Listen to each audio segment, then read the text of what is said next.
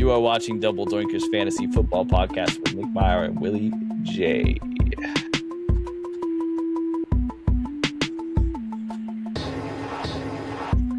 This week, we bring to you our final breakdown, the AFC West and AFC North. If you're confused listening to this on a podcast, know that you will get one each week. And we are here. So, yeah, like I said, if you're on here YouTube Live, you're going to see both of them right now. That's awesome. Enjoy it. Have fun. And if you are not, don't worry about it, okay? You're going to get one each week. It's going to be great. They're going to seem like regular-sized episodes because we do our long 2-hour marathons here. And, this is the last of them.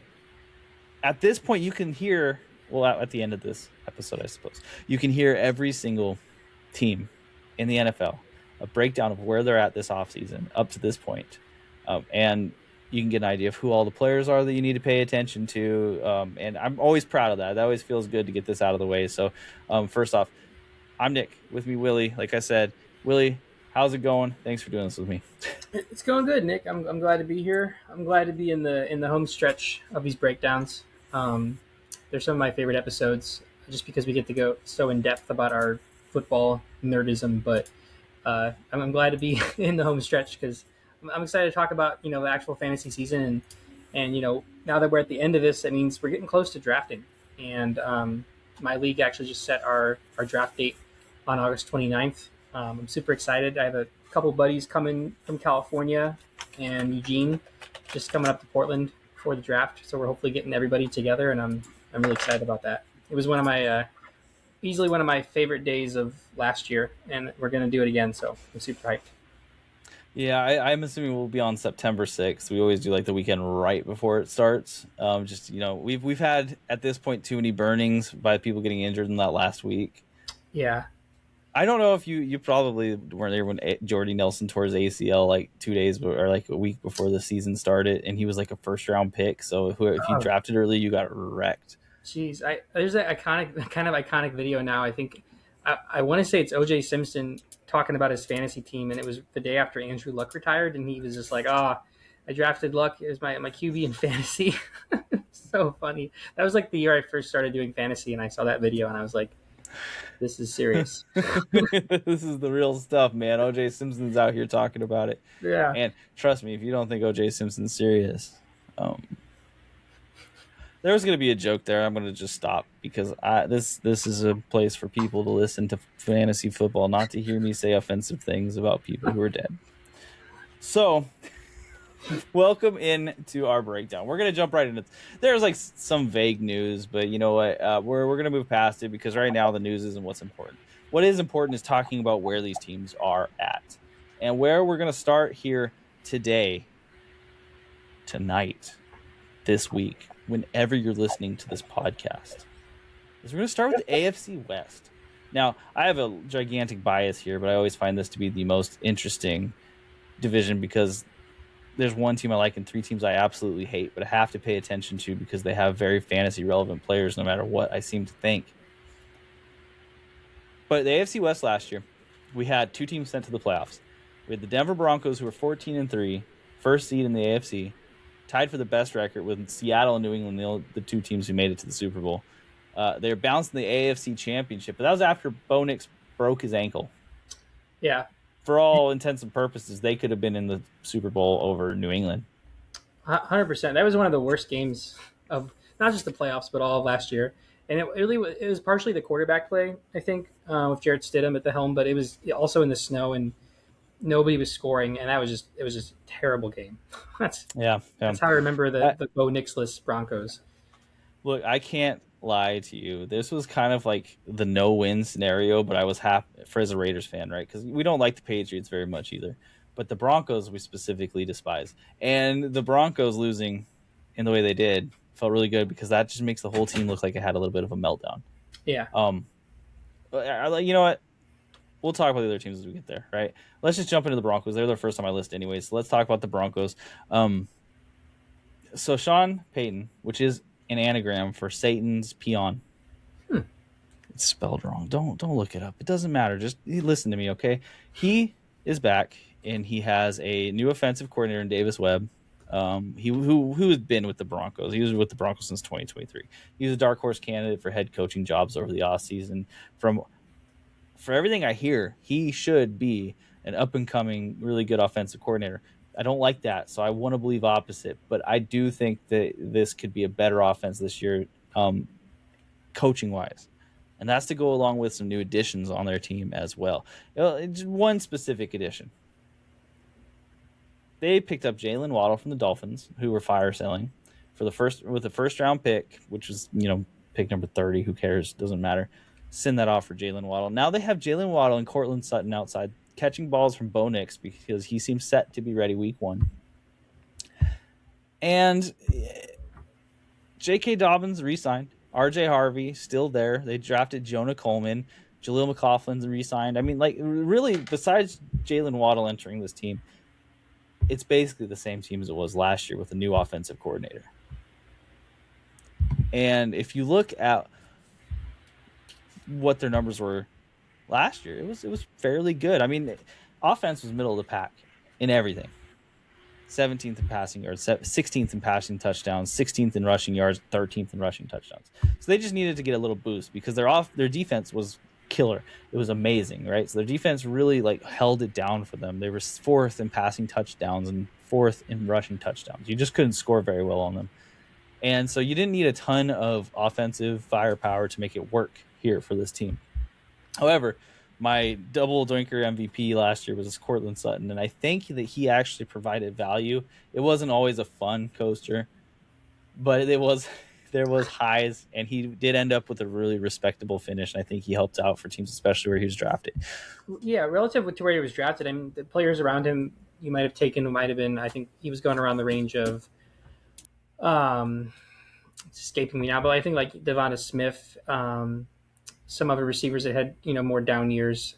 My brain is dead right now, but I remember he was going around that 4th round, and we were talking about possibly taking him a little bit earlier, maybe the 3-4 turn, and he definitely paid off in dividends relative to a lot of other players around there. It was the boomer bust factor was not always great, but I personally had traded for him at the beginning of the season, and he won me single-handedly at least 2 or 3 weeks. So. Yeah, it was nice. It was really frustrating getting him on the off weeks where you're watching him and Bo Nix just not connect because Bo Nix played, frankly, pretty terrible football for how good that schedule is. I mean, they were 14-3, and I'm going to click the thumbnail I have now for the Broncos because I forgot to earlier, but they were 14-3 with just terrible play. And so the Broncos themselves have nowhere to go but down. That's my first opinion. I think the way the season ended isn't necessarily disastrous. I think Sean Payton is a head coach that has been through it all before. But I think the way Bo Nix and Sean Payton's relationship changed at the end of last season is a little bit underrated going in here. Because Bo Nix broke his ankle. It was a condition that the doctor said was bound to happen. It was certain to happen. And Sean Payton came out and said, hey, well, if it was bound to happen, maybe someone should have let us know about it. He was being all, kind of sassy Sean Payton. He's a little petty. Yeah. And also an anagram for his name is Sassy Petty. It's not. Don't look it up. It's true. Okay. So I have a hard time with this team because on face value, the offense should get a lot better. Waddle should unlock this offense. He's a great player, and this addition is going to be awesome. I mean, last year he had 64 receptions, 910 yards, 6 touchdowns. That's not a super spectacular wide receiver one season, but you have to remember he was getting thrown the ball by whoever the quarterback on the Dolphins was that wasn't Tua and was Tua. They were all bad. That team was awful. He still put it up. Are you excited about any of these pass catchers that aren't Jalen Waddle? So I'm looking at Cortland Sutton's value here, and I do want to mention the other impressive thing about Jalen Waddle is that he was doing that, on a very run-heavy team with a much worse offensive line, and obviously there is a good running back core on the Broncos here, or at least a rotation that we'll talk about in a minute. But I think Jalen, producing those numbers on an anemic offense is impressive, and he's going into more competition here. But I think the only player that really gets me excited, just on paper, not relative to his value, would be Cortland Sutton. But looking at his position here, he's going around as wide receiver 34, which if I'm drafting in a format like best ball, I still like Sutton higher than where he's being taken simply because he has those boom weeks. And I think even with the target competition of Jalen Waddle coming in, he's still going to get. He has enough chemistry of Bo Nix and familiarity with the system that he's going to be hyper targeted some games.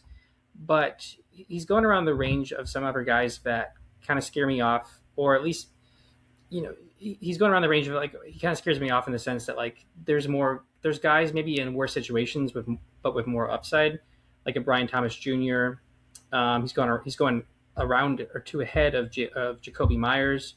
So even though I really like Sutton in his offense because he's established, there's not a lot of fluidity even with Waddle coming in. It makes me a little bit cautious, and I think we could also shout out somebody like Troy Franklin, or maybe some of the younger receivers down the line. But we don't know what the target competition looks like, and even that kind of scares me off of Waddle too. Yeah, and you make a good point because Troy Franklin last year definitely got enough of a target percentage to be a real upsetting force for anyone who relied on a Broncos receiver. Like he wasn't very good with them, but the connection he had with Bo Nix was clearly paying off at some point between the two of them because he got targeted in certain games a ton. He was out targeting Cortland Sutton quite a bit at times. And it was frustrating to watch because every time they go to throw the ball to Cortland Sutton, they would move the offense. Yeah, And then Bo Nix would be like, and I got to throw it to Troy a few times, get him involved in this, and then the offense would stall out, and you wouldn't get another opportunity because then the defense would score a touchdown, something like that. And you'd be like, okay, well I'm out. It's just going to be the J.K. Dobbins show from here on out. there was the hyper targeting of both players, and it really wasn't the consistent games where there was like, okay, we're going to have a really condensed target share of like 8 targets for Franklin and 8 targets for Sutton, and we're going to just go back and forth. No, it was like a game. It was a Troy Franklin game or a Cortland Sutton game, and that's really where those boomer bust weeks came in. And like you said, like I think Franklin was really buoyed by that target share. Like he obviously got in the end zone because he got a lot of receptions off those targets, but he didn't really like show out as a true like wide receiver 2 type player. It's just that he had the opportunity. So now with Waddle coming in, I just feel like his role in this offense is just the whole dynamic has shifted, and we don't really know what it's going to look like, and I don't see it getting better. And okay, so is there any chance that you have any interest in Evan Ingram? I can give my answer really quickly. I don't. I'd have to look and see if he's just completely fallen off in ADP. I mean, but even then, like if there's any interest I have in Evan Ingram, it's with my last pick, and there's probably other tight ends or players around there that I'm like, oh, I'm going to take them before Evan Ingram. And yeah, Evan Ingram is just totally looks like he's being completely overlooked in fantasy drafts.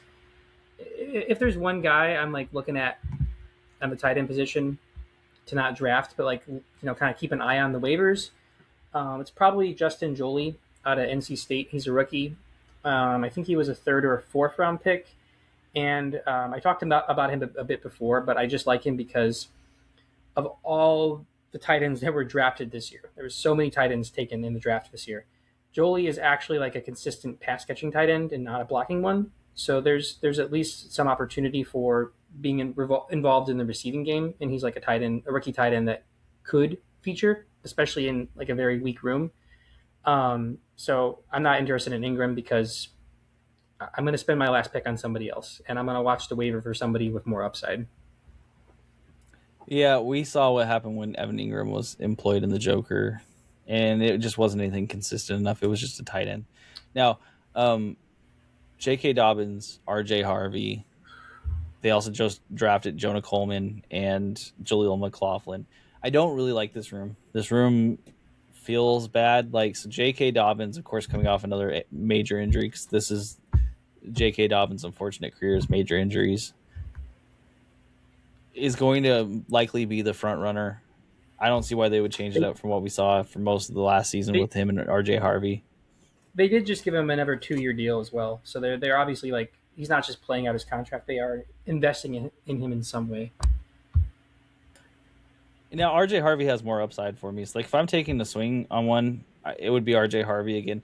But I'm not really interested, especially if there's running backs who have the path to clear bell cow, because even if J.K. Dobbins goes down again, I don't think R.J. Harvey is going to just be the guy. I think we do see Jonah Coleman get worked in. I think we do see Jaleel McLaughlin be annoying and show up in games that you shouldn't. Because R.J. Harvey had some great games at the end of last season, and I want to believe that that's the future, but I don't believe that's the future because they went 14-3 doing what they did in the beginning of the last season. I was, interested in Harvey, even with the Dobbins re-signing, simply because, of what we saw down the stretch and the fact that he is a pass catching running back. And I think he really paid off in dividends in games in PPR specifically because it wasn't his, rushing touchdowns or his yards. It was his receptions. And when he was being looked at on third down, that really, buoyed him in some games. But I think, drafting Jonah Coleman, it's a third round pick. And I think he was like the second or third player that the Broncos took. So clearly, like, the run game, is much as it worked last year, it was a focal point of them like building, a new team and like drafting for depth and possible replacements. So I don't see a team like spending that high of a pick on a running back when there was other needs and they didn't have a lot of picks to begin with. It would lead me to believe that obviously one, Dobbins is going to miss time, and two, when he does miss time, Harvey's going to have those boomer bust games. So I really want to like RJ Harvey. I want to be slightly in on J.K. Dobbins because he's a round or two cheaper, but it's just this whole core is not doing it for me. And Coleman, even if you look at Coleman as like a last round pick or like a waiver wire watch, like he's only going to provide true value even in the flex spot if Dobbins and Harvey are both out. That's really the only way he like comes into fruition, and I think on this offense. Yeah, he's not someone who I want to hold unless I have disgustingly deep benches. Yeah. I do think that like there's an opportunity here. So like if you end up having very little RBs by 7th round, roughly, it's okay to take a shot on one of these guys because one of these guys could return value. Give you the opportunity to then find something else. Yeah. It's not my favorite pick. I'm not looking at this as an upside. Like these guys are going to win you the league. They do have a role on a team, and I can see that absolutely. And here's me playing devil's advocate for just a second because I think there is a path for our J. Harvey to have relevance, and that is the path that says Bo Nix just broke his ankle. He's going to be doing a lot less scrambling. He's going to be doing a lot less, moving around in the pocket. He's going to look towards his outlet more often. J.K. Dobbins can do that, but it's not his, primary skill set, whereas R.J. Harvey's primary skill set is receiving back. Mm-hmm. So R.J. Harvey having a better year just because of the receptions, there's a path to it, but I'm not confident it's rocky, Yeah, I think that the one thing that has me, it's tricky because I'm looking at RJ Harvey's average draft position right now. It's RB32, and if you ask me like where I think he's going to finish, at the end of the season, he's probably going to be an RB3 in that range. So that like kind of makes me like his value. But when you look at the other players around him, where it's like, do I really want like RB32 or do I want like tight end 4 or 5 that's could actually have much more upside or be more consistent. So I like where he's finishing in the running back rankings, but not where he's going to like outperform that. The one thing I'll say for the run game, and this doesn't really benefit any specific player, but their defense was elite last year, and the only really key player they're missing that they lost in free agency was John Franklin Myers. And apart from that, they retained pretty much all of their starters. And they still have a great offensive line. They didn't lose any pieces there. So those, components of what makes a great run game great are still there. But it's the committee thing for me that makes me like not really like want to invest heavily in it. Yep. For me, they're team comp players essentially. Yeah. There's a place they play, but it's not in any way someone who I'm excited about and saying, hey, they're screaming value to me.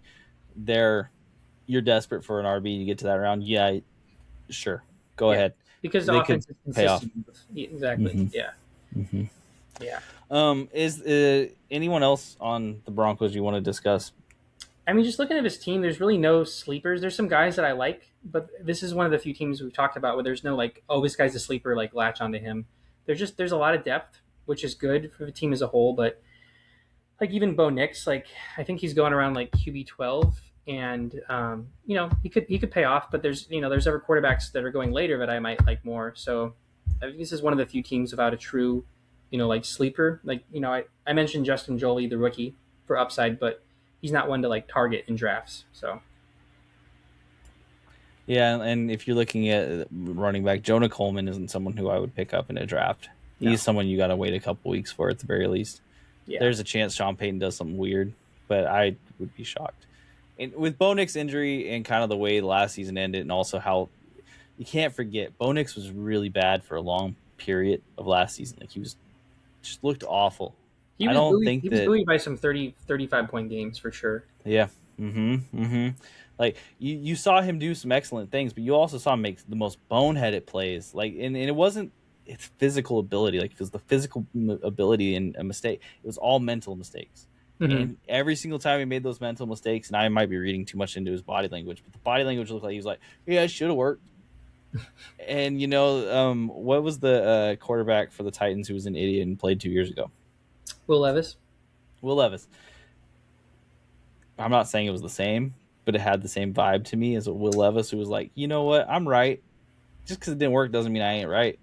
Like And Sean Payton's not going to go well with that. Yeah, it was like forcing some things as to like try and get through a play and not face the repercussions of Sean Payton. It's kind of what it felt like at times. Like, I'm going to force this play, or I'm going to repeat this thing that didn't work and try it again because I don't want to get chewed out.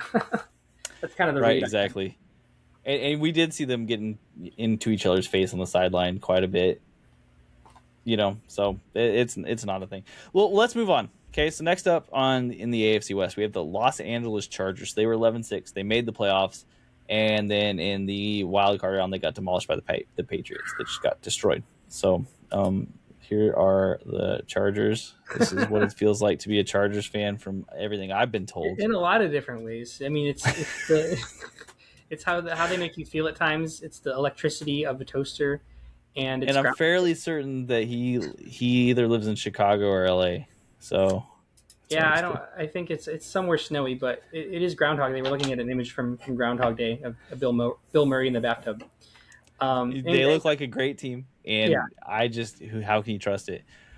I will say though, there's of course it's the off season, so there is excitement to be said there around the Chargers, and I'm going to start off with talking about their head coaching group because the head coach Jim Harbaugh, he's still there. We all know Jim. I think as long as Jim's there, you're going to like the team a little bit, right?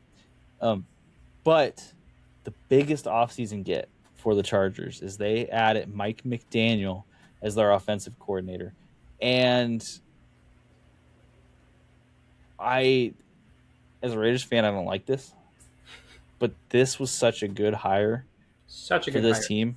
Like, I think that there is potential that this elevates this offense significantly.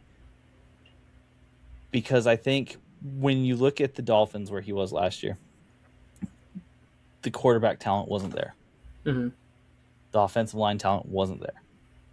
Now, you might not have the offensive line talent in Los Angeles, but you definitely have the quarterback talent. We've seen it. So Mike McDaniel getting to work with someone who can operate his system and make throws, we just don't know what that looks like. And I think there's also nowhere to go but up, not just with the McDaniel hire, but the Chargers had probably the worst offensive line in the league last year, and their interior O line is still a work in progress. They had some good hires, and they drafted like Jake Slaughter, but their two tackles, Rashawn Slater and Joe Alt, missed either the whole year or most of the year, and those are two of the best tackles in the league. So this O line, despite the interior woes, this O-line is still a significant upgrade from the tackle position from anything that Mike McDaniel has worked with, relative to Alt and Slater staying healthy. So I think that could be a huge boon. Even if McDaniel wasn't there, his offense could take the leap. But with McDaniel, it just feels like a perfect fantasy marriage in so many ways. Agreed. And they did draft a whole bunch of offensive linemen, which who knows, at least at the very least it provides some sort of depth to the team, because depth was what was missing last year. As soon as you saw Alt go down, that team kept changing every single time Alt missed time. So they also added a new defensive coordinator, Chris O'Leary, because there's a coordinator left to the Ravens, which we'll talk about later. One thing I'm not going to underrate this, okay? And I might overrate it. Listener, let you be the judge. They signed Alec Ingold, and I'm not crazy when I tell you this. I think Alec Ingold himself, and Alec Ingold is the fullback. I've watched this guy play. He was drafted by the Raiders. He played there for a long time. And he is such a hard-nosed fullback that is going to make that run game immediately better. But the question comes, is it all Omari and Hampton? Is he someone who we can talk as a slam dunk, surefire RB1 in an awesome system now with the pieces around him to really, really succeed? Like, the pieces were there last year. We were all excited about him last year, and he got hurt right as he started showing it, you know? Now the pieces are really there. Is it Omari and Hampton, or are the additions of Keaton Mitchell and a competent-looking Kamani Vidal enough to kind of murk and muddy the waters here? I want to also add is that Alec Ingold, like he was with the Dolphins the entire time of Mike McDaniel's tenure, and even though they had a terrible O line, Ingold is a great blocking fullback. So that clearly McDaniel was like, I want this guy. We're bringing him here. So that's another huge boon. I'm glad you mentioned that. Did you wonder why like Achan had so many like gigantic holes after he caught the ball every single time? Ingold is a magician. I'm Mhm. just telling you, he's a blocker that can run fast. That's, they use him very well. Yeah, I'm excited to see him in the system, and I think Hampton, like, I saw this. I think it was some like tweet or something that was like every like legit fantasy analyst has like one or two players every single year that they just hype up that's youthful and has talent that has shown some flashes, and they consider this, particularly running backs, like this guy's going to muddy the waters, or he's going to be like, it's going to be a committee. And a lot of people really like Keaton Mitchell. I think I forget if he was on the Saints or the Ravens at this point. He's coming from some team. Ravens. The Ravens. Okay, right. So he had some flashes there. He was injured a lot. I don't see Mitchell, or particularly Mitchell, or even Vidal as a threat to Hampton. I think this is his backfield 100%. I think that it's not a one-to-one comparison, but I see Hampton as being the Achan and I'm spacing his name, but Ali Gordon and Jaden Wright as kind of like the 2A 2B that can really only help Achan. Like, obviously we saw those guys in McDaniel's system vulture some touchdowns, but it never created a running back by committee where it was detrimental to fantasy. And I don't see that at all with Hampton and Vidal. I just think that's going to be a boon to the overall run game. And I think anyone who thinks this is a committee is really, really, really overrating the other two guys. And again, Vidal had his moments last year for sure. I like him as a RB2 on this team, but I think that what we saw from Hampton and when he was the workhorse, or at least so heavily involved in the end zone, I just he's going to be so good this year, and I'm not worried at all about the depth. I agree with you, but I also do think that there's an opportunity here for one of those guys. And I'm not, it's hard for me to forecast this, right? But what I look back to is like when Mike McDaniel really had a system working, we had Mostert and rookie Achan. And rookie Achan got injured, so it wasn't a full year worth of stats. But when we saw him, that was when he was dropping 50-plus point games. And still, Mostert was like running back 2 overall, something disgusting, just based on the fact that he kept getting touchdowns every single game. So there was room for both of them, you know what I mean? And so Keaton Mitchell, he's ultra fast. Like he might be faster than Jahmyr Gibbs just on a 1-to-1, but his body is made of glass. So he's not someone who can take a beating. And then Kamani Vidal, I think, came out and shocked the world by being consistent over multiple games. But I don't really know that he had a skill set that elevated him and said you're elite at one thing in particular. You're just kind of good at all of it. Exactly. I think in that comparison, if you're saying Mostert finishing RB2 overall, he kind of was like HM was heavily involved, but I think he really was that premier like kind of Omari and Hampton type role. And HN being the complement still finished really high. I don't see Vidal or Mitchell, like you said, having the skill set to be like a 1B to a clear monstrous 1A like we saw with Mostert that year. I think that like Vidal, especially what he proved last year, was that he was consistent even with a really bad offense. But I think if you put Kamani Valdell's stat line as like 4 or 5 touchdowns and a few hundred yards, that's really respectable with this, the amount of depth on this team. But like if he's getting that good of a stat line, which he very well could, I think that means Hampton's getting like 1,400 yards and 14 touchdowns. Like that's how much faith I think I have in McDaniel in this offense. McDaniel's such a good hire. I can't understate it. I actually think this makes the offense just red hot fire, right? Like this is an offense I am 100% happy to target. I'm higher on Keaton Mitchell and Kimani Vidal, but I still look at them as a pick your poison and take your shot. I'm not going to tell you which one is going to be the dude because they both have opportunities. Kimani Vidal is going to be the more reliable back, whereas Keaton Mitchell could be the explosive back. With Keaton, we saw the want for that to happen, but he kept getting hurt. If he finally doesn't get hurt, knock on wood, maybe this happens, he could have a pretty respectable year and he could rack up some touchdowns from far away. He could be the rookie Achane who's just busting off the gigantic runs because everyone's looking on the inside. With that said, it's really hard for me to say that is going to happen. I love throwing one of these dudes on my bench and just saying, let's see what your role is. I'll hold you there for a minute. See what's going on. I don't hate it just because I think this offense is going to be one of the best fantasy offenses easily. I am just slightly out on both because it is a pick your poison, but it's so hard for me because there's pros and cons of each.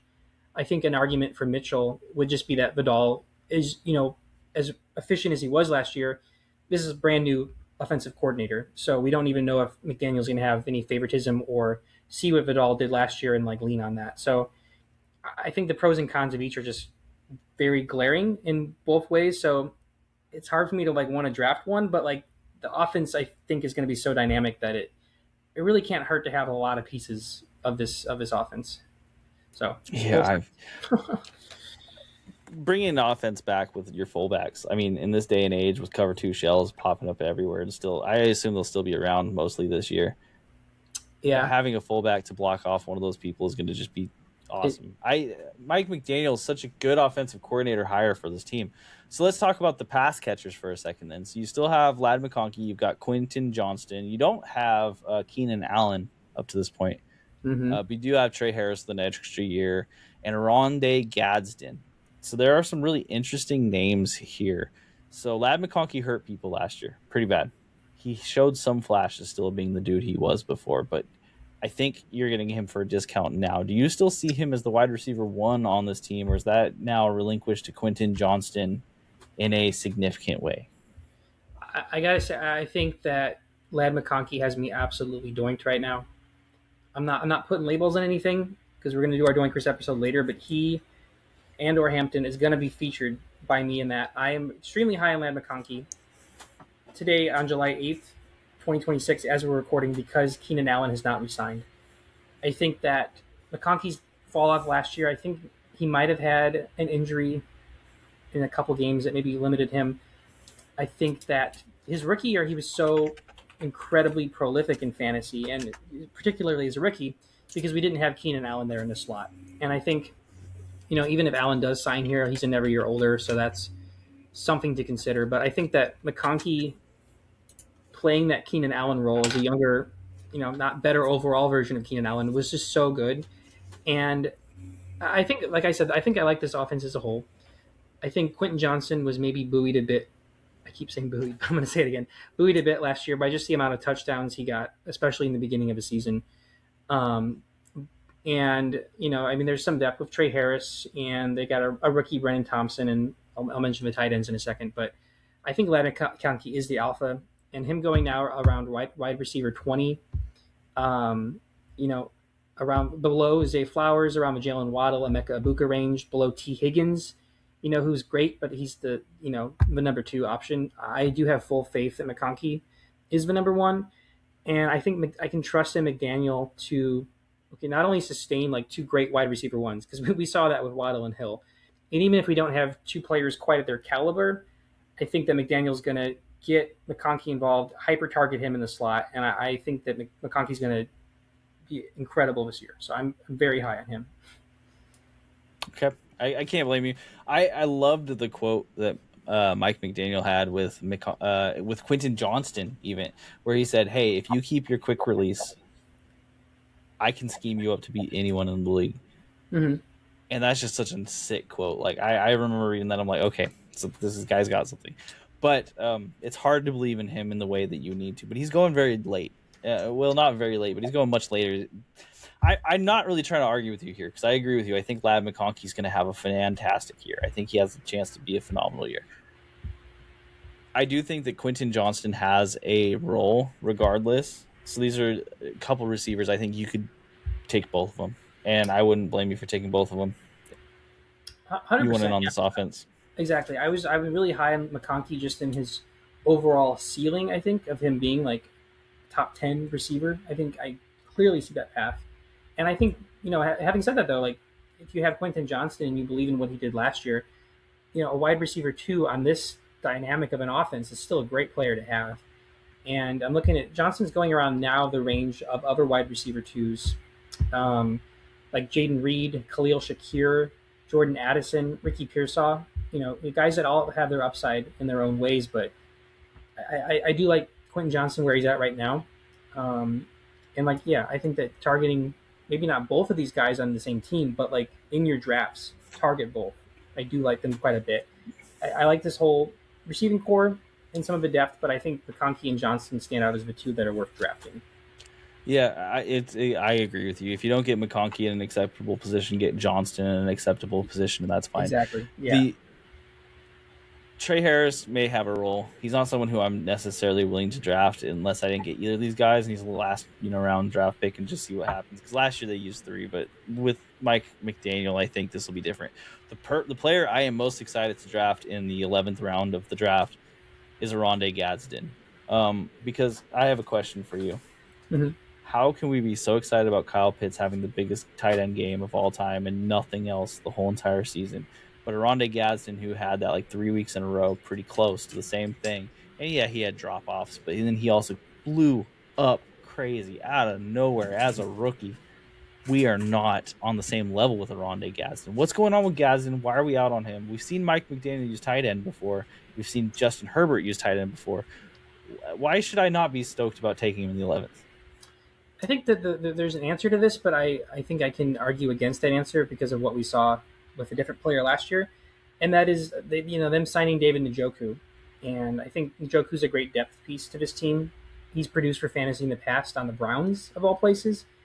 But having said that, he was consistent last year on a really bad Browns team, but his consistency did not get in the way of what we saw from Harold Fannin, who was also a rookie. And I think Gadsden, especially on this offense, has more upside than someone like Fannin on the Browns.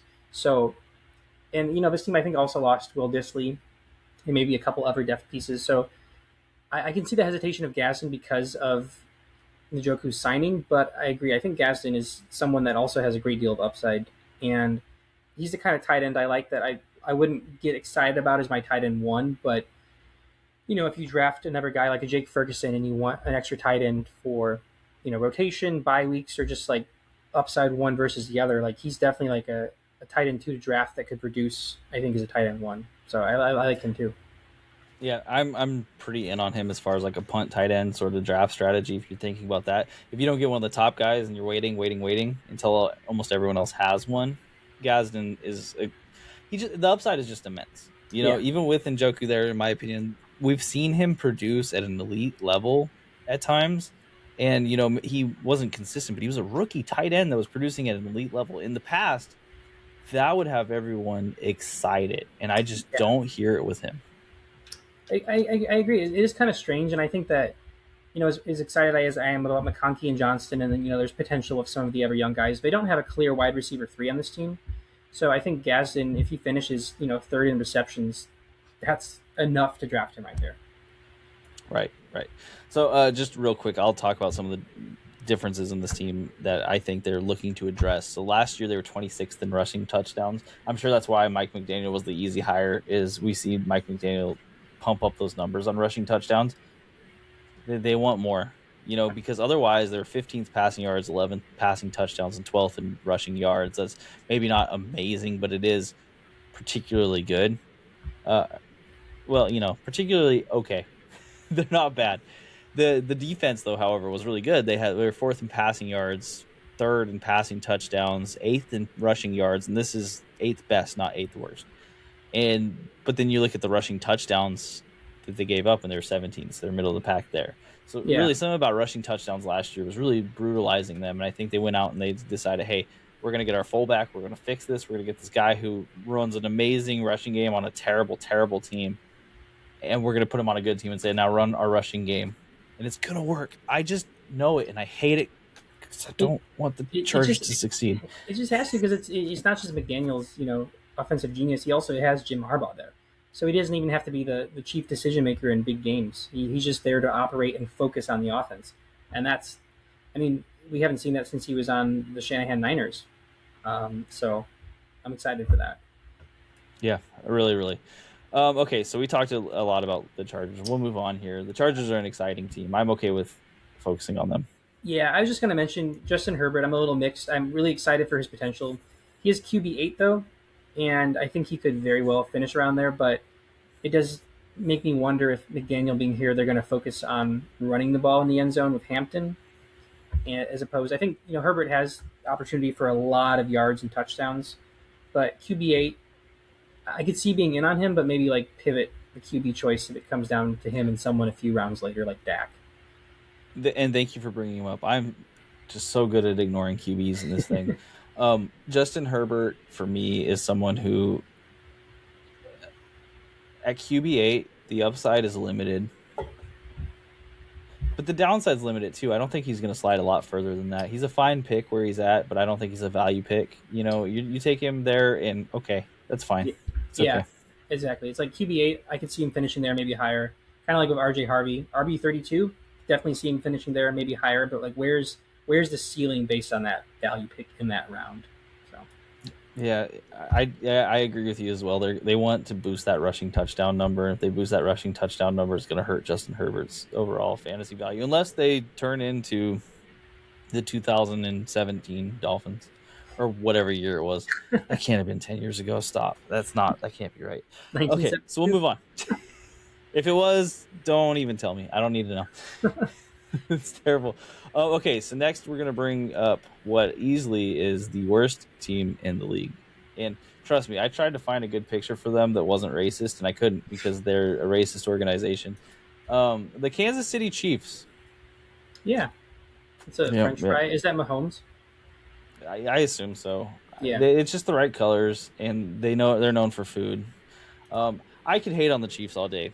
I really want to hate on the Chiefs all day. So I'm going to start off with this, okay? Because there isn't a whole lot of changes. There are some important ones. But Patrick Mahomes didn't go to Travis Kelce's wedding. He didn't. No. So, I was having this argument with some people over the 4th of July weekend, and we were arguing whether or not Travis Kelce was going to have the best year or a really good year because this is his last, or if it was going to be a down year. And I'm all in on down year.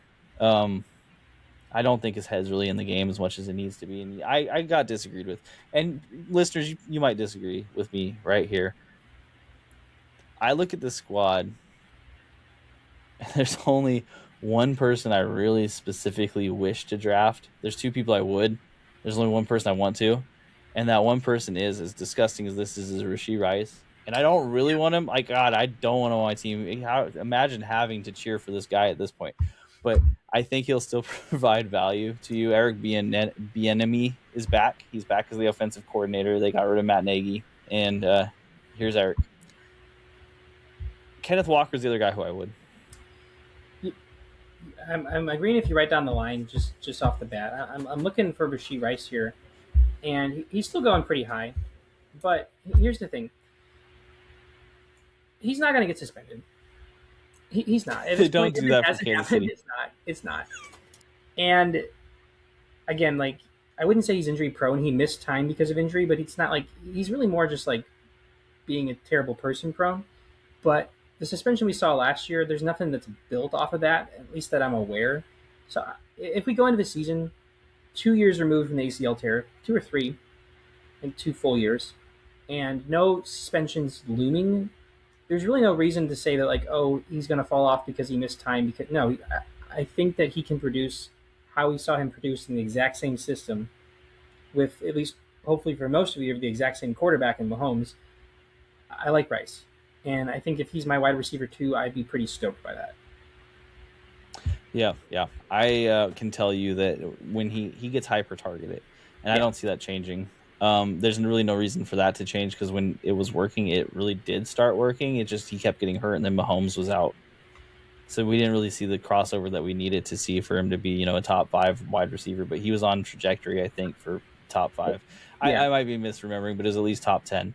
there was at least a stretch of weeks there where it was like, okay, yeah, Mhm. you got a great pick here. Yeah, Now Kenneth Walker is someone who is injury prone's a hard label. Kenneth Walker's been hurt quite a bit in his career. He dominated in the Super Bowl against this team. He did show up to the team wearing a John Madden shirt, which, if you don't know, Madden was a famous Raiders coach. Come on, man. What are you doing? how Like, do you? you want to show Yeah, up on the Kansas City Chiefs and wear a Raiders coach t-shirt? Come on, buddy.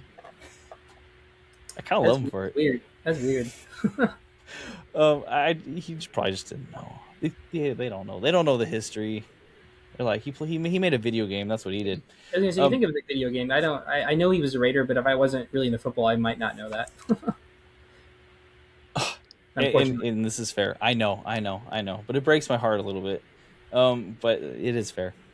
So anyway, Kenneth Walker does come in and he solves this issue that they've had where all their running backs looked like they were stuck in mud and couldn't run forward at all.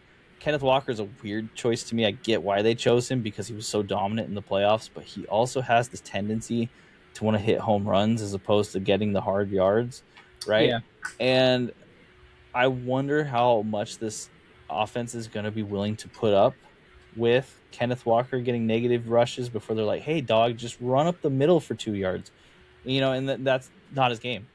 yeah, So him being the only dude here like that really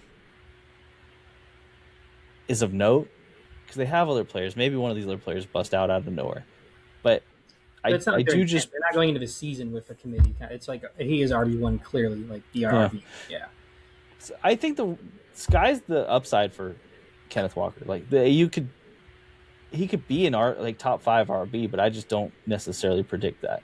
I think he's going to be maybe like 14 through 18, which is a good RB, but not necessarily a game changer. yeah. I like that you mentioned these two guys because I'm looking here. So Rashee Rice is going average wide receiver 13, and Kenneth Walker is going average RB11. And when I look at those two guys, like and this is assuming they're both my twos. So if Rice is my wide receiver 2, and I like the rest of my team, that's a slam dunk pick. I love that. Maybe he misses time, injury, maybe suspension. It's still worth it. He's going to win me weeks. Kenneth Walker is my RB2. I like that. It means I didn't reach on him. He could provide a lot of value. There's some upside there. But at RB11 overall average, you're drafting him as your second round pick is your RB1. And there's just not a lot to get. I'm pushing back against the idea that some people have that this is going to be a run first team now. There's components that make sense. Like, okay, the enemy's back. Mahomes might miss a game or 2 or 3 with the ACL recovery. So there's a pivot that looks like on paper it could be a run first team, but I don't think that this is going to just turn into the Mahomes checking down to, or like checking down to Kenneth Walker or passing the ball off to Walker 15, 16, 17, 18 times a game. I think this is a team where it's still going to be pass first. And if the Chiefs are up, they're going to rely more on Walker, but not exclusively on Walker. They're still going to use Mahomes' legs. I think the upside where I see Walker finishing as a top 5 running back comes from the end zone. And that is still not a given because, Mahomes, if his legs are better, he's still going to run the ball in. Rashee Rice is an end zone magnet. Even Kelsey, it has games where he's an end zone magnet. So I'm pushing back against the idea that some people have that this is going to be a run first team and Walker's going to eat because of it. I just don't see that path for Walker to finish high. I see Walker finishing high because of touchdowns and maybe just reaching his full potential, but it's not because of this plan that looks like it could be on paper. I don't agree. Yeah, and I love to hate the Kansas City Chiefs, so I feel differently about all of it. Now the draft, they went specifically defense heavy, like very defense heavy at the start of the draft. So they took Mansour Delane as their first round pick, 6 overall, as cornerback out of Louisiana State. And then on the second round pick, they took Peter Woods, He's a defensive tackle in the third round. They took Mason Thompson. He is an edge player on the defense. So the defense, which they did lose pieces of as well, they are clearly still prioritizing making this really strong. So I can understand where the want to call them a running team comes from, but I think that only exists if Justin Fields is the starter for a long time, in which case you should probably be out on most pieces on this team. Yeah. It's just such a waste of Patrick Mahomes to make it a run heavy team. I don't think like Andy Reid in his like last years as a head coach is going to be like, yeah, let's go away from a Hall of Fame quarterback and let's run it with this guy who's notoriously hurt all the time. Yeah, I mean, maybe if they had, a Zach Charbonnet there with Walker, or they use a higher pick on a running back, sure, I could see it being like maybe not the full focus, but it's going to shift heavy towards run first. Signing Kenneth Walker as a team that hasn't had a great running back in years is just filling a need that you haven't addressed in a long time. It's not turning it into a run first team. That was them admitting that they can't draft a running back. Yeah. They've tried a bunch of times and it hasn't worked. So they're like, all right, well, we saw you do your thing throughout the whole year. You beat us in the Super Bowl basically one-handed. Okay, we know you're good. Come on. Yeah. But also we saw Kenneth Walker, even when he is good, he's not necessarily a fantasy powerhouse. It's just not his game, really. It's not his game. And I think that his powerhouse being in the end zone, getting 5-yard carries for a touchdown could benefit. But I would bet that he gets under 1,000 yards this year. I don't see him being All right, that's fair. Yeah. I don't wish to continue talking about the Kansas City Chiefs unless I'm forced to. They did have a pretty good defense last year and a really, really putrid offense last year, but I think you can kind of throw it out with the injuries. I like their defensive heavy draft. I mean, so they kind of had to pivot there because they lost Trent McDuffie and another corner, both to the Rams. They don't really have great edge depth. So they did focus a lot on the defense, which is also kind of just a need. It wasn't like they kind of become defense supreme. It's just they had to address a need. So I like that a bit also for the run game. The only other player really of note I like here, and I agree that Kelsey, maybe he's worth a dart throw late, but don't draft him as your tight end one. Just there's not a path there. Xavier Worthy, I'm willing to give the benefit of a doubt because he's going wide receiver 51 on average now, and he had moments, a lot of really good moments his rookie year. And last year, Mahomes, so Worthy was injured for quite a few games, and then he comes back, he's inconsistent, and then Mahomes is out. So if you're looking at Worthy as a player overall, I would throw out most of last year. I think he's worth a dart throw at wide receiver 51, but be willing to part with that pick and not get a lot of return because we don't really know if he's consistent or his rookie year was just good. Yeah, I still think it's hard because of Tyquan Thornton, but that's not really that big of a difficulty. He could have some sneaky games. I think Thornton could. Yeah, he's not someone I'm looking to draft though. No. Okay, so let's move on to the final AFC West team. The Chiefs, by the way, I should mention because I forgot to say they finished third at 6-11, and then finally coming up are the Las Vegas Raiders, who got the first overall pick last year. This year, whatever. They finished 3-14 in what had to have been one of the most lost seasons that I've ever watched as a fan. But they are back. There's no sound to this, so I'm going to keep talking as this plays. Timothy Chalamet in Paris? Yeah, it is, man. Timothy Chalamet in Paris. He's a Raiders fan. Yeah, I'm going to assume either that or he knows how cool it looks. I'll take either way. Did you make this? Is this AI? And this is not AI. This was posted by him while he was filming Marty Supreme, or maybe not while he's filming, but like while he's rapping it or something. I will say the last team that he showed up for and was really repping, and it was the Knicks, and they just won the NBA championship. I'm not going to get you that excited, but he's a good luck charm apparently. This was before last season, honestly. If I'm being completely honest, like he was a good luck charm in a way. Because there's a lot of excitement for the Raiders this year. So, like, take everything you know about the Raiders from last year, just throw it out the window. It doesn't matter. Everything sucked. It was all bad. You had basically no one you could use consistently, but forget about it. It's not important, okay? Because it was a tank job. It was, like a Wizards-level tank job. And it worked out for them. It actually did, finally. after all these years, I don't know how many first overall picks the Raiders have had, but it's in the single digits. It's Mhm. not many in their long storied history, but they got one, and they picked up a franchise quarterback in theory. I'm not willing to go there yet because as a Raiders fan, I've been hurt too many times. But Francisco Mendoza is a Raider. However, hear me out here too. He won't be starting for a while, probably. So Kirk Cousins is going to be starting this group and is led by a new head coach, Clint Kubiak. You know Clint Kubiak from the Super Bowl, where he was with Seattle, who had set their franchise most points scored in a season for all of Seattle. Damn. With him as the offensive coordinator, leading Sam Darnold and a group of ragtag folks that we all thought was going to fall off the face of the earth. He brought along with him Andrew Janoko, which I might be mispronouncing that. Whenever I see a J in front of that sort of name, I'm like, Janoko. So I apologize to him. However, if you don't know anything about Andrew Janoko, look up his picture because he isn't the owner of the just most giant chin I've ever seen in my life. He was the QB coach for the Seahawks last year, and we all know how that worked. Sam Darnold all of a sudden looked like like the best. He threw a ton of picks, but he still looked awesome. And then the defensive coordinator is Rob Leonard, who was previously the D-line coach with the Raiders, which is probably the only part of that defensive unit that's worked for multiple years. So there's some consistency on the defense, which is good because the pieces that they have on the defense aren't significantly different than they used to be. I mean, they have some secondary help that's new, and I think could be a boost, but they're really relying on what old and tried and trusted.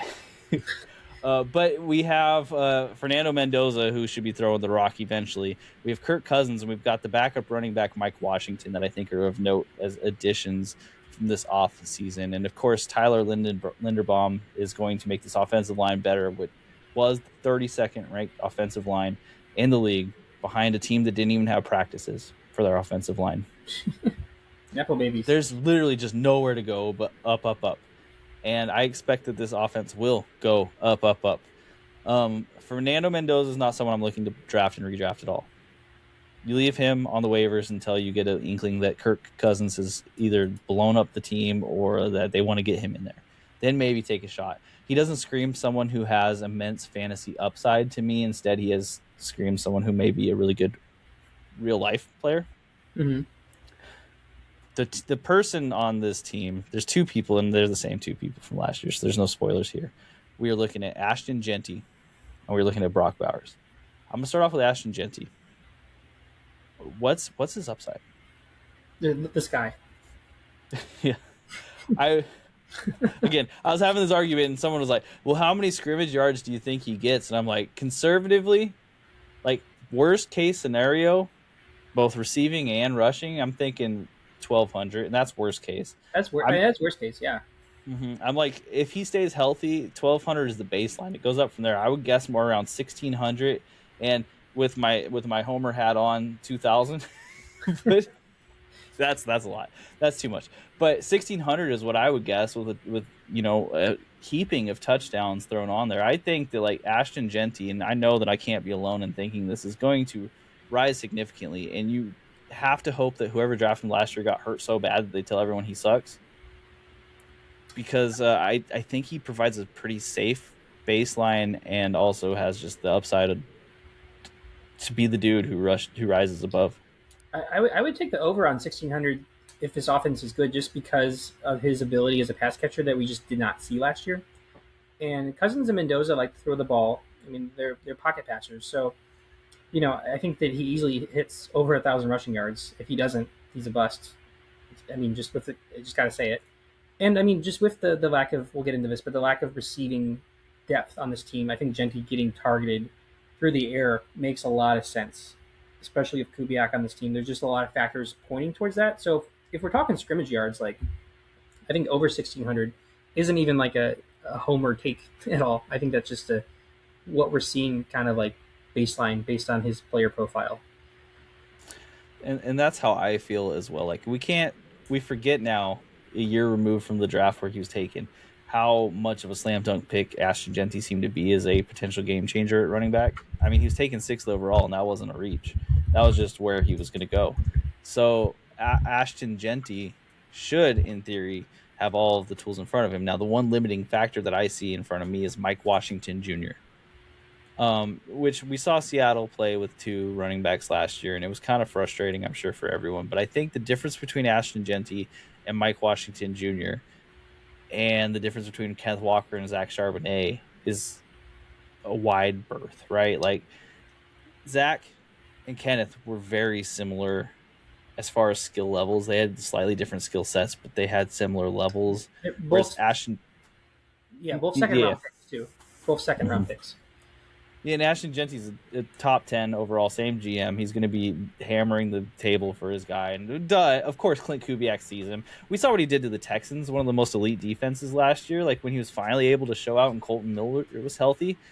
Like the offensive line was the limiting factor on this team. Like offensive line and the play calling. And go so with the two things that they upgraded the most: offensive line and play calling. They had a problem and they addressed it, and they addressed it phenomenally well. Like yeah, you've talked about it. This is the similar level to me as Ben Johnson to the Bears was last year. This should be a Yeah. whole culture shift happening right here, right now, and it can be very fast. Um, and we haven't even talked about let's bring up Brock Bowers. So he's the number one wide receiver on this team. I don't. It doesn't matter. It really doesn't matter. Brock Bowers is the number one wide receiver on this team. Do you have a case? Who is the guy who challenges him for the number one tight end, upside wise fantasy? I think upside wise, I'm gonna probably say Trey Tucker, just because he's younger than a Jalen, and I like Jalen Naylor on the Vikings, and I think coming into the system, it's Kevin O'Connell to Clint Kubiak. Those are both great offensive minds. I think he could produce how he did last year on the Vikings on the Raiders, but he's never done anything to suggest he's a wide receiver one. And I'm not saying Tucker has, but Tucker is younger and he's a receiver I could see having a breakout year where he is like, not wide receiver one to Bowers, but like he could go off for like 1,100 yards. He has that like at least that skill set on how he's built and just kind of some of his play Mm-hmm. style. I like Tucker. He's going pretty late too. He's going wide receiver 65, and Trey that's Tucker has had some really sneaky good games, and he plays in a very smart fashion. Like yeah, he's not someone who's just like solely, dedicated to being a long bomb outside receiver. He can make moves in the middle that look really good. yeah. One person who I want to throw out there, name is just a sleeper, and I won't get too much into it. Is Malik Benson has been getting a lot of like hype. He was drafted this year, All right. very late, 6th round rookie. However, he has been looking like Fernando Mendoza's main guy. Hmm. Who knows? It could be someone just like pay attention to. I'm not drafting him, but you want to talk about late round sleepers. Someone to throw on the radar. Well, I mean, compare this to the Broncos, where the Broncos just have a lot of receiving depth. There's no like sleepers that stand out to me. Like this team actually has some sleepers because of the opportunity and the upside of the overall new offensive system. So I think that just looking at some players on this team, I think even like a Jalen Naylor, because he's going to be going late, even if he doesn't break out, he's going to be going late enough that he's basically free. And if this offense booms, then like it could really boom. So I think that's enough reason to target a team like this that just doesn't have the established depth that's going to eat into other opportunities. Yeah, and I mean, of course, we're forgetting about Dante Thornton because it seems like it's easy to forget, but he flashed some skills. He didn't have any great games fantasy wise, but he flashed some skills. And then Jack Besh, who was relegated to the bench by Pete Carroll and his mod is just terrible coaching team. That was by So Pete Carroll, yeah. but Jack Besh didn't even really get an opportunity to show out. He looked okay every time he touched the field, but he never really got to touch the field. So there's like a lot of potential here, and I think this is a team to monitor. I'm all in on Genty. I'm all in on Bowers. Genty, you can draft him whenever, and I'm going to say I think it's a risk worth taking. Mhm. Like there are some players that I think are safer than him in the early first round, but Very few have as much upside. yeah, yeah, exactly. Yeah. So he's one of those players like you could draft him 4th, 5th, 3rd, even, and I'd be like, okay, this is fine. Me being an idiot and Raiders fan, I might draft him first. Don't listen to this, league mates. um, but Bowers is going mid, or like early second to mid second, and with the tight end, it's always a little bit hard for me. However, like a potentially dominant tight end like him, I think like It's fun sometimes, you know. it is, and it can be a really big boon on your team. if you have that advantage every week. So I think you just got to look at it and say, do I think he stays healthy? Because when he was healthy at the beginning of last season, it looked immediately lights out, and then he got hurt. We didn't see him forever, and he came back, and he started looking great again. And that team was like, I can't understate it. It was so bad, but having healthy Bowers let them beat the Patriots. Yeah, I mean, even 2 years ago, like the team was better, but like with Aiden O'Connell and Geno Smith, I'm not saying Kirk Cousins or Mendoza is gonna like necessarily like be locked into being better than them, but there's a path that he's playing with the best quarterbacks of his career, or at the very least, the best offensive scheme of his career. I think we can pretty confidently say that. You don't think Clint Kubiak's going to get fired in the first 5 games like the last 2 offensive coordinators they started the year with? There's nowhere to go but up, and I think there's a chance that this team shoots up. If the Chiefs still show signs of weakness, I think they could pass the Chiefs. I have a harder time with the Chargers and the Broncos, but like dark horse. Okay, before I jump into this, I'm throwing out all the stats from last year for the Raiders. It's just not important. It doesn't matter. This is a different team. Who cares? Don't worry about it. Move on. Do you have any other Raiders players you want to talk about specifically? Well, I do want to. I just mentioned with Genty too. Like, I get in theory the idea that because Kubiak's coming over, it's going to be a running back by committee, or he's going to. I mean, he probably will emphasize the run game, so he's going to have a running back by committee. But I think I'm going to also push back against that pretty hard because 2 reasons. One, if it was going to be a clear running back by committee, they would have signed somebody and not drafted a 4th-round rookie. And similar to what I mentioned with the Chiefs in signing Kenneth Walker, they weren't signing Kenneth Walker. They weren't drafting Mike Washington because it was them leaning towards run first. They were just addressing a need because I don't know, the RB3 on this team is his name is Dylan Labubu, or I don't know. I don't even Dylan Laube, and Laube? he wrecks in Madden. Just in case anyone ever wanted a 60 overall receiving a running back that can do everything. All right. I mean, so basically, like there's no other running backs on this team. So they drafted Mike Washington not to share touches with Genty on a significant level at all, but because they just didn't have any running backs and they kind of had to. Their hand was forced. They couldn't bring Zamir White back. You can't do that. No. Like they had who was it? Mostert last year at 1,000,000 years old, and he couldn't play very well. And then you had This team's had a lot of money to spend. They spent a lot of money on defense and O-line. They still have money left over. If they were serious about a committee, they would have signed Rico Dowdle or Kenneth Gainwell, and they did not. So, look, I just want to say, looking here, Bijan Robinson, we talk about scrimmage yards. He finished with just shy of 2,300 last year.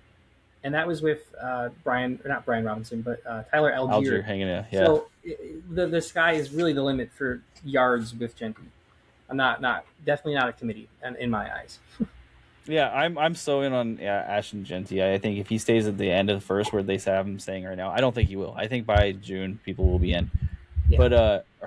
But by June, I'm sorry, it is July 8th right now, so I am in the past at this point. But I'm way on Ashton Genty at this moment, and the offensive line has gotten so improved. I won't go over each piece, but they really did touch everything in the offensive line. They gave it depth, and they improved all the starter positions basically that needed to be. I also want to mention, I'm surprised you didn't mention this, and I don't see him as a threat to Genty, but this team also signed fullback Connor Hayward from the Steelers.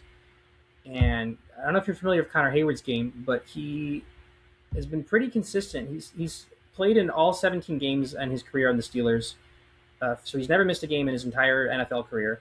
And he doesn't get a lot of carries, but he's a great blocking fullback. So I think that's another piece to the offensive line that's a little underrated, kind of akin to Alec Ingold. But if you're not familiar with Connor Hayward's game, he's been one of the better fullbacks in the league, and now he's on the Raiders.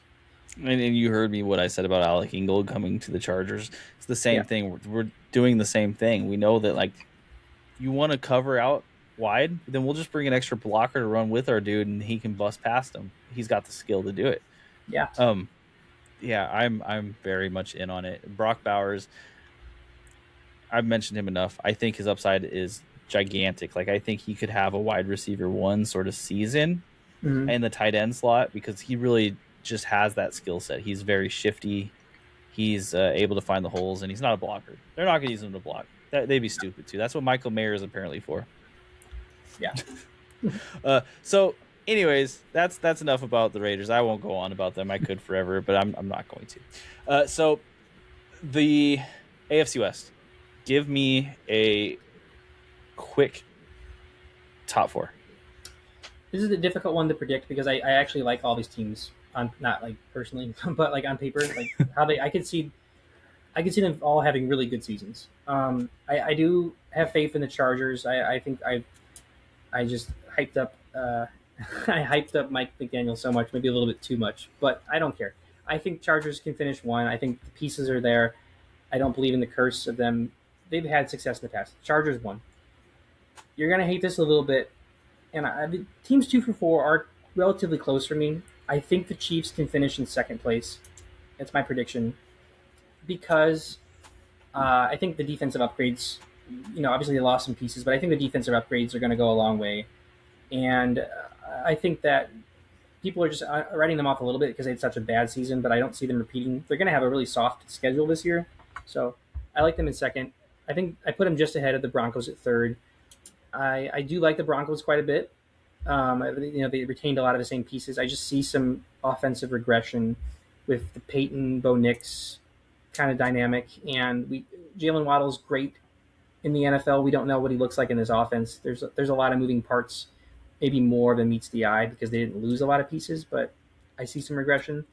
And I think the Raiders probably do finish in fourth, but I mean, people said the same thing about the Bears last year, and the Bears finished in first place. And there's a lot of moving parts here, and the Raiders finish in first place and get 12 wins. I mean, if I told you the Bears did that last year, you would have called me crazy. But there's a lot of similar linear, like new offensive coordinator. There's a lot of pieces that are in play here that lean to them having. I mean, I think I think like an 8-win season would be respectable and would not surprise me. I could see them going higher. Yeah, I okay. Before I get my ranking, I'll say I don't necessarily disagree with you. I think the fact that they're starting Kirk Cousins, and I really do believe that Tom Brady is, in fact, dedicated to waiting the year, says to me that this isn't the season that they would truly blow up. This is going to be a season where they can show some signs of improvement. Unless all of a sudden Kirk Cousins comes out and they have a Kirk Cousins problem on their hand. Yeah. Which good problem to have, having two good QBs. So I agree. I think there's a little bit of leash and there's going to be some growing pains potentially. But with like this dark horse shot that it all just kind of clicks immediately. But the trajectory's up. My number one is the Chargers as well. You guys, I'm sorry. You have to take this with a grain of salt because I'm an AFC West fan. And basically the reason why I can give the Chargers number one without caring is because they don't matter. It wouldn't necessarily be terrible if they did, but no, you can't hate the Chargers. You just feel bad for them. So they're number one. Number two, I'm going to give the Raiders at 9, and then the Broncos, and then the Chiefs. And it's not good rankings, and it's not good analysis, and it's bad. But I'm trying to be upfront about that. Listen to the things I said about the players. Don't listen to what I just said, because I am an emotional person too sometimes. Fair. There's a spectrum of I don't think the Chargers are necessarily going to be elite, but I feel comfortable with them as my number one. Wherein 2 through 4 are more interchangeable for me. Mike McDaniel's someone who I would have been happy if he's hired as the Raiders head coach, and him as the offensive coordinator of a team with that much talent is nuts. Disgusting. Yeah. It is gonna be good. It is just gonna be good. But my silver lining under that is he's gonna do so well that he just gets hired as a head coach next year, so it doesn't really matter for the Chargers long term. Yeah, there you go. And if it boosts your fantasy team in the for a year, then even better. Mm-hmm. Mm-hmm. Okay, so folks, that was our AFC West breakdown. Stay tuned for our AFC North breakdown if you're on the live show, and if not, then catch the AFC North breakdown next week on Spotify. Thank you so much for listening, Spotify listeners. Doink out. Doink out.